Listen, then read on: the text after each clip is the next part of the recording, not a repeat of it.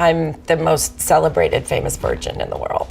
You're kind of like, what is it, guys? What do you want? Who do you want me to be today? Some faces become so familiar, they feel like they've always been part of the culture. Brooke Shields started working before she could walk, became famous before she hit puberty, and spent her teenage years at the center of controversies that would have destroyed most people. Then she seemed to vanish from the spotlight, only to return years later on her own terms. Today we're looking at what really happened to Brooke Shields, the beginning. Brooke Krista Shields was born on May 31st, 1965, in New York City. Her mother, Terry Shields, had been an actress and model herself. Her father, Frank Shields, was a businessman from an aristocratic family. They divorced when Brooke was just 5 months old, though Brooke maintained a close relationship with her father throughout his life until he died in 2003. Terry Shields was determined to make her daughter a star. At 11 months old, Brooke appeared in her first job, an advertisement for Ivory soap. By the time she was a toddler, she was working regularly as a child model. The Ford Model Agency signed her, and Eileen Ford later said she started her children's division specifically for Shields. From the very beginning, Brooke Shields was being groomed for fame, managed entirely by her mother. Pretty Baby, and the controversy begins. In 1978, at age 11, Brooke Shields was cast in French director Louis Malle's film Pretty Baby. She played Violet, a child living in a New Orleans establishment in 1917, the daughter of a worker played by Susan Sarandon. The film included numerous inappropriate scenes featuring the child actress that would never be permitted today. Pretty Baby won a prize at the 1978 Cannes Film Festival and earned a nomination for the Palme d'Or. But critics were outraged, and the film was banned in parts of Canada and Australia. Defenders of the film argued it was art, a historical drama examining a dark chapter of American life. But the images of an 11-year-old child in those situations sparked outrage that has never fully subsided. Years later, as an adult, Shields would describe Pretty Baby as truly the only artistic film she'd ever been in. She defended Louis Malle's intentions and the serious nature of the project, but she also acknowledged the complexity of what had happened. How a child couldn't fully consent to something she didn't understand, no matter how much her mother insisted it was fine. The controversy extended beyond the film itself. In 1975, when Shields was just 10 years old, photographer Gary Gross had photographed her inappropriately for a publication. Terry Shields sold the rights to those images for $450. This was the 1970s, and while people were horrified, it was apparently legal at the time. When Shields turned 18, she sued to prevent further use of those photographs. The case went all the way to the New York Court of Appeals, which ruled 4-3 in favor of the photographer. Gary Gross retained his rights to the images. Shields lost control over her own childhood images, the Blue Lagoon. In 1980, 14-year-old Brooke Shields starred in the Blue Lagoon opposite Christopher Atkins, who was 18. The film told the story of two cousins shipwrecked on a tropical island in the South Pacific during the Victorian era. Stranded without adult supervision, they experience puberty, fall in love, and eventually have a child together. The film required Shields to appear inappropriately exposed in multiple scenes, though she later testified before the United States Congress that body doubles were used for certain shots. Her hair was strategically positioned in other scenes. An adult body double replaced her when necessary. But the film was still marketing a 14-year-old girl inappropriately, and everyone involved knew it. Years later, in a 2023 documentary about her life, Shields said the filmmakers wanted to make it a reality show. They wanted to sell my actual awakening. Christopher Atkins, her co-star, agreed the film would never be made today. He recalled negligent health and safety conditions on set, injuries that happened regularly, and animals being hurt for certain scenes. Shields also revealed on her podcast that she got pneumonia during filming. In the birthing scene where her character gives birth to a baby, she's actually having an uncontrollable coughing fit because she can't breathe. The crew thought it was a brilliant acting choice. She was genuinely sick and struggling. The Blue Lagoon director Randall Kleiser called Shields after her 2023 documentary premiered. She saw his name on her phone and let it go to voicemail because she wanted to hear the tone of his message first. She didn't return the call. I believe it myself, and I know that whatever I truly believe myself, it really can't be all that wrong if I truly believe in it and trust it. Calvin Klein and cultural phenomenon. Also, in 1980, Shields became the youngest fashion model ever to appear on the cover of Vogue at age 14. That same year, she appeared in a series of controversial television and print advertisements for Calvin Klein jeans. The TV commercial featured her saying the now famous line, "You want to know what comes between me and my Calvins? Nothing." The suggestive nature of the ad sparked immediate controversy. Was it appropriate to have a 15-year-old girl deliver such a provocative line? CBS and several other networks refused to air the commercial, but the controversy only amplified the campaign's success. The ads made Shields even more famous and turned Calvin Klein jeans into a cultural phenomenon. Shields followed the Blue Lagoon with Endless Love in 1981,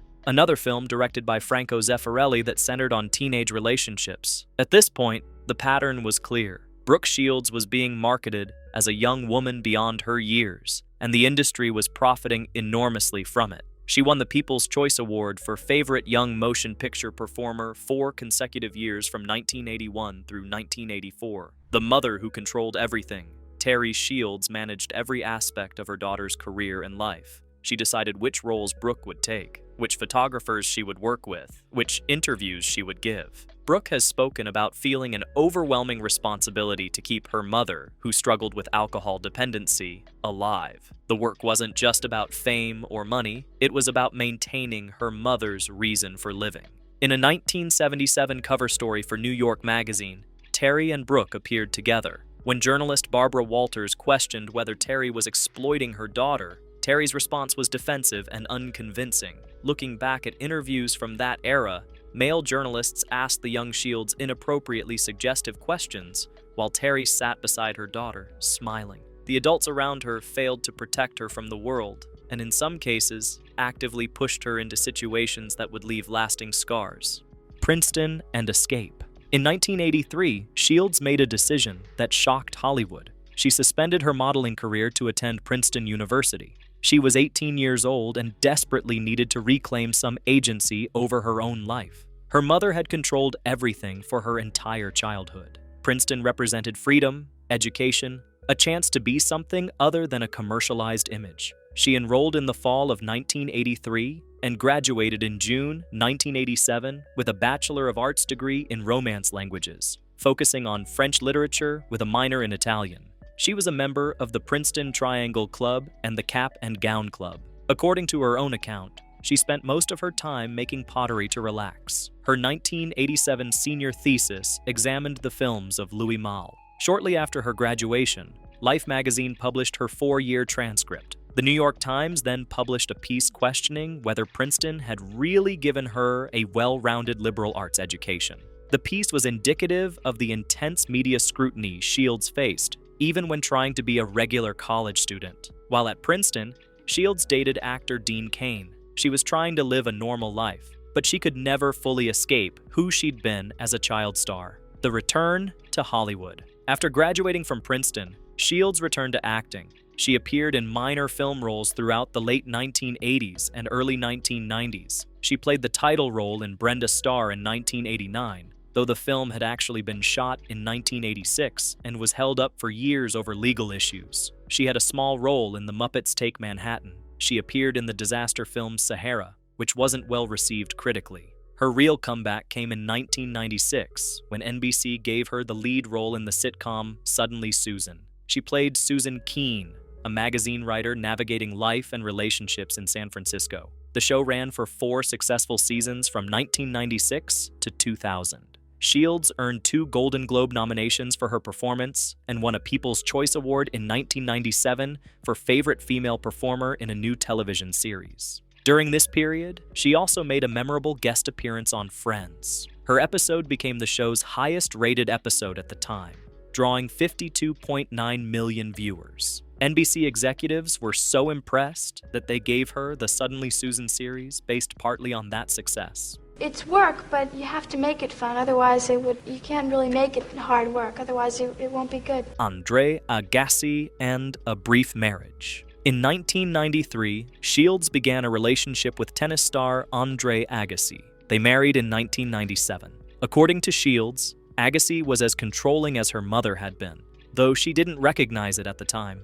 He was racked with jealousy over her success on Suddenly Susan and her appearance on Friends. At one point, he flew into a rage and destroyed his own trophies from Wimbledon and other tournaments because of her career. The marriage lasted just 2 years. They divorced in 1999. Shields has described the relationship as attracting her to someone who replicated the controlling dynamic she'd known her entire life with her mother, Chris Henshey, and starting a family. In 1999, Shields met television writer Chris Henshey through mutual friends. They married in 2001. Unlike her previous relationships, this one was built on mutual respect and partnership. They wanted to start a family together, but Shields struggled with infertility. She underwent multiple rounds of in vitro fertilization. Finally, on May 15, 2003, she gave birth to their daughter, Rowan Frances Henshey.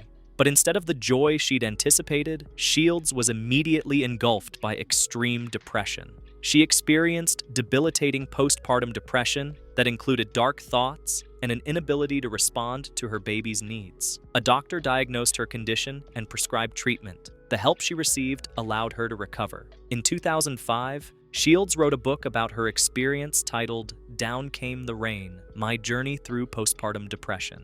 She appeared on The Oprah Winfrey Show to discuss her battle with the condition and bring greater public awareness to an issue many women suffered in silence. The Tom Cruise controversy.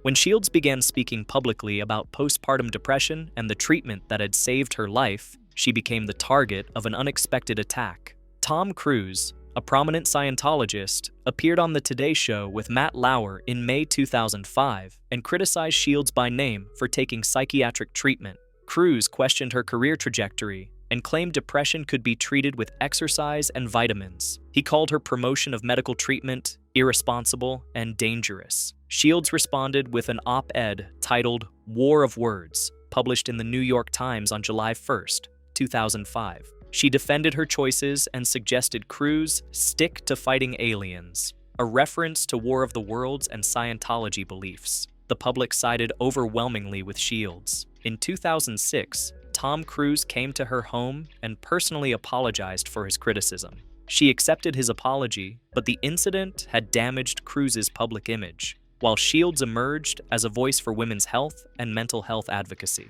In 2006, Shields gave birth to her second daughter, Greer Hammond Henshey, on April 18th. She was prepared this time and worked closely with her doctors to manage any symptoms. The later career. Shields continued working steadily in television throughout the 2000s and 2010s. She starred in the NBC series Lipstick Jungle from 2008 to 2009, playing Wendy Healy. In 2017, she had a major recurring role on Law & Order, Special Victims Unit during the show's 19th season. She provided voice work for animated series and appeared in numerous television shows and films, often playing sophisticated, professional women. Shields also wrote several books beyond Down Came the Rain. In 2015, she published There Was a Little Girl, The Real Story of My Mother and Me, a memoir about her complicated relationship with her mother Terry, who had passed away in 2012. The book examined the exploitation Shields had endured as a child and her process of coming to terms with a mother who had both loved her and profited from her. Pretty Baby, Brooke Shields. In 2023, the two-part documentary, Pretty Baby, Brooke Shields, premiered at the Sundance Film Festival before arriving on Hulu in April. Directed by Lana Wilson, who had previously directed the Taylor Swift documentary Miss Americana, the film examined Shields' rise as a child star and the exploitation she endured. The documentary includes uncomfortable clips from old talk shows where adult men acted inappropriately toward the young Brooke. It examines how American culture treated women and girls, using Shields as the most visible example. And it allowed Shields to speak candidly about experiences she'd never fully processed before. For the first time, Shields publicly revealed that she'd been seriously hurt by an unnamed, powerful Hollywood executive. After a business dinner, he took advantage of her in his hotel room. She was frozen, unable to process what was happening. It was her moment of speaking out, and she'd kept it secret for decades. The documentary became ABC News' most-watched Hulu debut ever. It sparked conversations about child exploitation, Hollywood's predatory culture, and how little had changed despite the passage of time. Shields' daughters, Rowan and Greer, who appear in the documentary, said they've never seen Pretty Baby or the Blue Lagoon and don't plan to. After watching the documentary, Rowan told her mother, "Women need to see this." There's an authenticity. There is a hustle because it's every day. Where she is now. In 2024, Brooke Shields was elected president of the Actors Equity Association, the labor union representing actors and stage managers in live theater. It was a significant position that placed her at the center of labor negotiations and workers' rights advocacy. In October 2025, she advocated for fair treatment of performers at a Colorado restaurant owned by South Park creators Trey Parker and Matt Stone.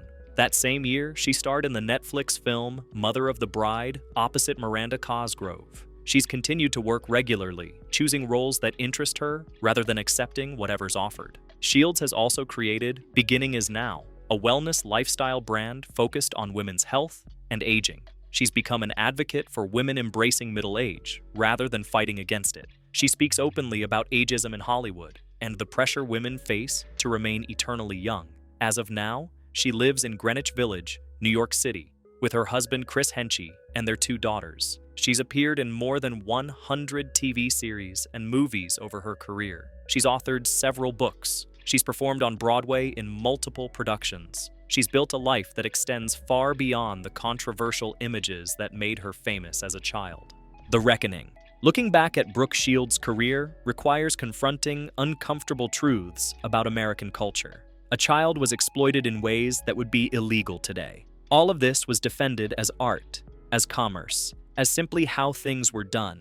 Terry Shields bore much of the responsibility. She was Brooke's mother and her manager, and she made decisions that prioritized fame and money over her daughter's well-being. But she didn't act alone.